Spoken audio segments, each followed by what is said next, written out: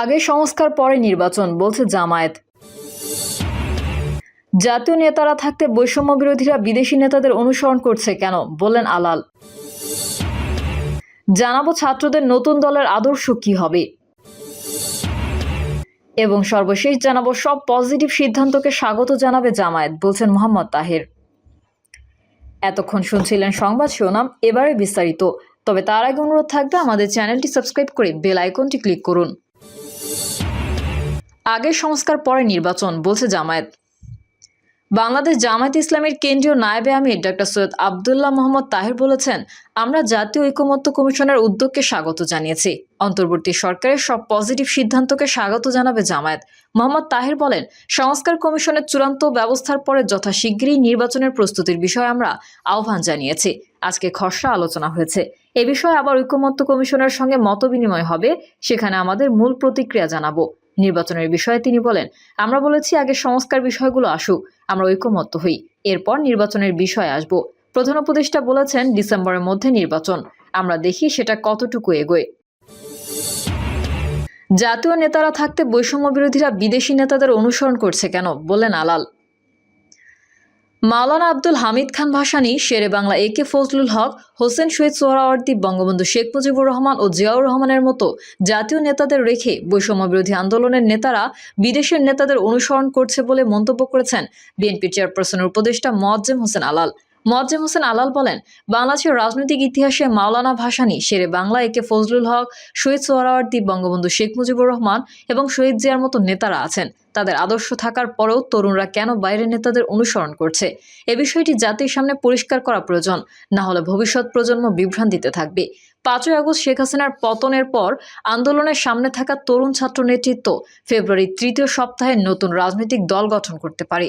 দলটির গঠনের সঙ্গে যুক্ত জাতীয় নাগরিক কমিটির এবং বৈষম্য বিরোধী ছাত্র আন্দোলনের নেতাদের বরাতে বিবিসি বাংলা বলছে, তারা জাতীয়তাবাদ, সেকুলার বা ধর্মভিত্তিক কোনো আদর্শকেই সামনে রাখতে চান না।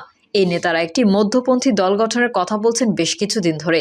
প্রতিবেদনে বিবিসি বাংলা বলেছে, সফলতার মন্ত্র খুঁজতে তারা তুরস্কের রিসেপ তাইয়েপ এরদোগানের একে পার্টি, পাকিস্তানের ইমরান খানের তেহরিক ইনসাফ এবং ভারতের অরবিন্দ কেজরিওয়ালের আম আদমি পার্টির কর্মসূচি ও সাংগঠনিক কাঠামো যাচাই বাছাই করে দেখেছেন।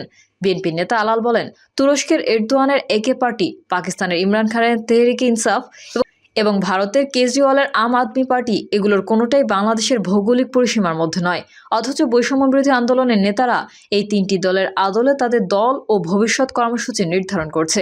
আমার কাছে অবাক লাগে, আমাদের দেশের তরুণরা যারা এই মাটিতে বেড়ে উঠেছে, যাদের শরীরে দেশের মাটির ঘ্রাণ লেগে আছে, তারা কেন বিদেশি নেতাদের মতবাদকে এত জনপ্রিয় মনে করছে। এই প্রবণতা দেখে আমার মনে প্রশ্ন জাগে, এর মূল কারণ আসলে কি? আলাল বলেন, শেখ হাসিনার পতনেই জনগণের সম্মিলিত আন্দোলনের ফল। বিএনপি আন্দোলন 1.5 যুগ ধরে চালিয়ে আসছে। এখন সেই আন্দোলনের সফল পরিণতির পর ঠেলাঠেলি বা পরস্পরের প্রতি দোষারোপ করার কোনো মানে হয় না। 5ই আগস্ট ঘিরে ক্যান্টনমেন্টে 626 জন আশ্রয় নেওয়া ব্যক্তিদের অবস্থান জানতে চান আলাল। তিনি বলেন, এই নিয়ে অনেক গুঞ্জন আছে। সেনাবাহিনী ও সরকারি কর্মকর্তাদের কিছু অংশ তাদের নিরাপদে বের করে দিয়েছেন। না হলে পরবর্তীতে এই আশ্রয় নেওয়া ব্যক্তিদের অবস্থান সম্পর্কে জাতিকে কিছু জানানো হলো না কেন? আলোচনা সভায় উপস্থিত অন্য বক্তার মতো মোয়াজ্জেম হোসেন আলালও গণতন্ত্র পুনরুদ্ধারে ঐক্যের আহ্বান জানান। তিনি বলেন, দেশের গণতান্ত্রিক আন্দোলনকে আরও সুসংগঠিত করতে হবে। গণতন্ত্র পুনঃপ্রতিষ্ঠার এই লড়াইয়ে বিভ্রান্তি বা বিভাজন সৃষ্টি না করে একত্রিত হয়ে কাজ করতে হবে। ছাত্রদের নতুন দলের আদর্শ কি হবে? স্বাধীন হওয়ার পর বাংলাদেশে বিভিন্ন সময় বিভিন্ন নামে নতুন রাজনৈতিক দল তৈরি হয়েছে। কোনোটি টিকে আছে, কোনোটি হারিয়ে গেছে। এই দলগুলোর কোনোটি ডান, কোনোটি বামপন্থী আদর্শের। কোনো দল জাতীয়তাবাদকে প্রাধান্য দেয়, আবার কোনোটি ধর্মনিরপেক্ষ বা ধর্মভিত্তিক আদর্শকে সামনে রেখে গিয়েছে। জুলাই অভ্যুত্থান পরবর্তী বাস্তবতায় নতুন দল গঠনের ঘোষণা দিয়েছে ছাত্ররা। নতুন দল গঠনের এই কাজটির তত্ত্বাবধান করছেন জাতীয় নাগরিক কমিটি এবং বৈষম্য বিরোধী ছাত্র আন্দোলনের নেতারা। প্রশ্ন উঠেছে, ছাত্রদের এই নতুন দলের আদর্শ কি হবে? ছাত্রদের সঙ্গে কথা বলে জানা গেছে, বাংলাদেশে বামপন্থী কিংবা ডানপন্থী রাজনীতির যেই ধারা, ছাত্রদের নতুন দল যেন সেটার কোনোটির মধ্যেই না থাকে। এই অবস্থানকে তারা বলছেন মধ্যপন্থী অবস্থান। জাতীয় নাগরিক কমিটির সদস্য সজীব আক্তার হোসেন বলেন, আমরা একটা মধ্যপন্থী রাজনীতির কথা বলছি। আমরা ডান বাম যে বিভাজন আছে সেগুলোতে ঢুকতে চাই না। আমরা বাংলাদেশ প্রশ্নে এক থাকতে চাই। ইসলামোফোবিয়ার রাজনীতি অথবা উগ্র ইসলামপন্থী বা উগ্র হিন্দুত্ববাদী রাজনীতির মধ্যেও আমরা নেই। এক্ষেত্রে দলটি জাতীয়তাবাদ, সেকুলার বা ধর্মভিত্তিক এই ধরনের কোনো আদর্শকেই সামনে রাখতে চায় না।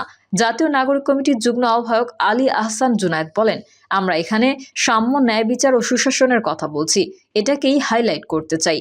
একই সঙ্গে একটা রাষ্ট্রে যে বিভিন্ন ধরনের মানুষ বসবাস করে, বিভিন্ন ধর্মের মানুষ বসবাস করে, সেই বহুত্ববাদকে স্বীকার করেই কিভাবে একটা এগ্রিমেন্টের মধ্যে দিয়ে এগোনো যায়, সেভাবে আমরা অভ্যুত্থানে এগিয়েছি। সেটা হচ্ছে আমাদের মূল ফোকাস পয়েন্ট। তিনি আরো বলেন, আমরা ডানের দিকেও ঝুঁকবো না, বামের দিকেও ঝুঁকবো না। সাম্য, ন্যায় বিচার, সুশাসনকে ঘিরে আমরা হব একটি মধ্যপন্থী দল, যেন আমরা সব ধরনের মানুষকে ধারণ করতে পারি। বাংলাদেশের রাজনৈতিক দলগুলোর মধ্যে বাঙালি কিংবা বাঙালি জাতীয়তাবাদী ধারার রাজনীতি যেমন আছে, তেমনি ধর্মনিরপেক্ষ কিংবা ধর্মভিত্তিক রাজনৈতিক দলও আছে। বিশেষ করে মুসলিম সংখ্যাগরিষ্ঠ দেশটিতে দলীয় প্রচার এবং কৌশলে অনেক সময় ধর্মীয় পরিচয় গুরুত্বপূর্ণ হয়ে ওঠে। তবে এক্ষেত্রে ধর্মনিরপেক্ষ কিংবা ধর্মভিত্তিক এরকম কোনো পরিচয়ে ঢুকতে চায় না ছাত্রদের সম্ভাব্য নতুন দল। জাতীয় নাগরিক কমিটির মুখপাত্র সামান্তা শারমিন বলেন, আমরা অধিকারের রাজনীতি, দায় ও দরদের রাজনীতি এগুলোকে সামনে নিয়ে আসব, যাতে এখানে নির্দিষ্ট কোনো মত বা ধর্ম গুরুত্বপূর্ণ হয়ে না ওঠে। তিনি আরো বলেন, এখানে গুরুত্বপূর্ণ হয়ে উঠবে শুধু বাংলাদেশ, এদেশের মানুষের অধিকার এবং রাষ্ট্র গঠনের কাজ। এখানে যে কোনো ধর্মের মানুষ, যে কোনো মতের মানুষ, যে কোনো আদর্শের মানুষ তার নিজ ধর্ম নিজ স্বাধীনভাবে পালন করবে। আদর্শ যেটাই হোক, ছাত্রদের নতুন দল কতটা জনপ্রিয়তা অর্জন করতে পারবে সেটা আগে থেকে বোঝার উপায় নেই। তবে এটাও ঠিক, দেশটিতে গত 40 বছরে নতুন তৈরি হওয়া কোনো দল ভোটের মাঠে সেভাবে সুবিধা করতে পারেনি। তবে দেশে না হলেও গত কয়েক দশকে বিশ্বের বিভিন্ন দেশে নতুন নতুন রাজনৈতিক দলের অল্প সময়ের মধ্যেই ক্ষমতায় আসার নজির আছে, যার মধ্যে বিশ্বব্যাপী বিশেষভাবে নজর কেড়েছে তুরস্কের রিসেপ তাইয়েপ এরদোগানের একে পার্টি, পাকিস্তানের ইমরান খানের তেহরিক ইনসাফ এবং ভারতের অরবিন্দ কেজরিওয়ালের আম আদমি পার্টি। সফলতার মন্ত্র খুঁজতে ছাত্ররাও নতুন এই 3টি দলের কর্মসূচি, সাংগঠনিক কাঠামো ইত্যাদি যাচাই বাছাই করছে। এ বিষয়ে জাতীয় নাগরিক কমিটির যুগ্ম আহ্বায়ক আলী আহসান জুনায়েদ বলেন, এসব দল কিভাবে জনগণের কাছে জনপ্রিয় হতে পেরেছে সেগুলো খতিয়ে দেখছেন তারা। তিনি বলেন, এই পার্টিগুলো আসলে কিভাবে জনগণের কাছে গিয়েছে, জনগণের ভাষা বোঝার ক্ষেত্রে তারা কোন ধরনের কৌশল নিয়েছে, তাদের গঠনতান্ত্রিক কাঠামোটা কেমন, এসব বিষয়ে আমরা স্টাডি করছি। তিনি আরো বলেন, আমরা বোঝার চেষ্টা করছি ওই অঞ্চলের তরুণদের বোঝার ক্ষেত্রে এবং রাজনীতি বোঝার ক্ষেত্রে তারা কি চিন্তা ভাবনা নিয়ে এসেছে, যেটা ওই দেশের লোকজন গ্রহণ করেছে এবং তাদেরকে রাজনৈতিকভাবে শাসন ক্ষমতার দায়িত্ব দিয়েছে। এখানে দেখবেন এরদোয়ানের পার্টি কিন্তু ফোকাস করেছে ইনসাফের ওপর। তার নামই হচ্ছে জাস্টিস অ্যান্ড ডেভেলপমেন্ট পার্টি, যেটা আমরাও বলছি। আহসান জুনায়েদ বলেন, আমরা ন্যায় বিচারের কথা বলছি, সুশাসনের কথা বলছি। অন্যদিকে ভারতের আম আদমি পার্টি দেশে বিদেশে উচ্চশিক্ষায় তরুণদের ব্যাপকভাবে আকৃষ্ট করেছে, দুর্নীতি বিরোধী কার্যক্রম করেছে, আমরা সেগুলোও দেখছি।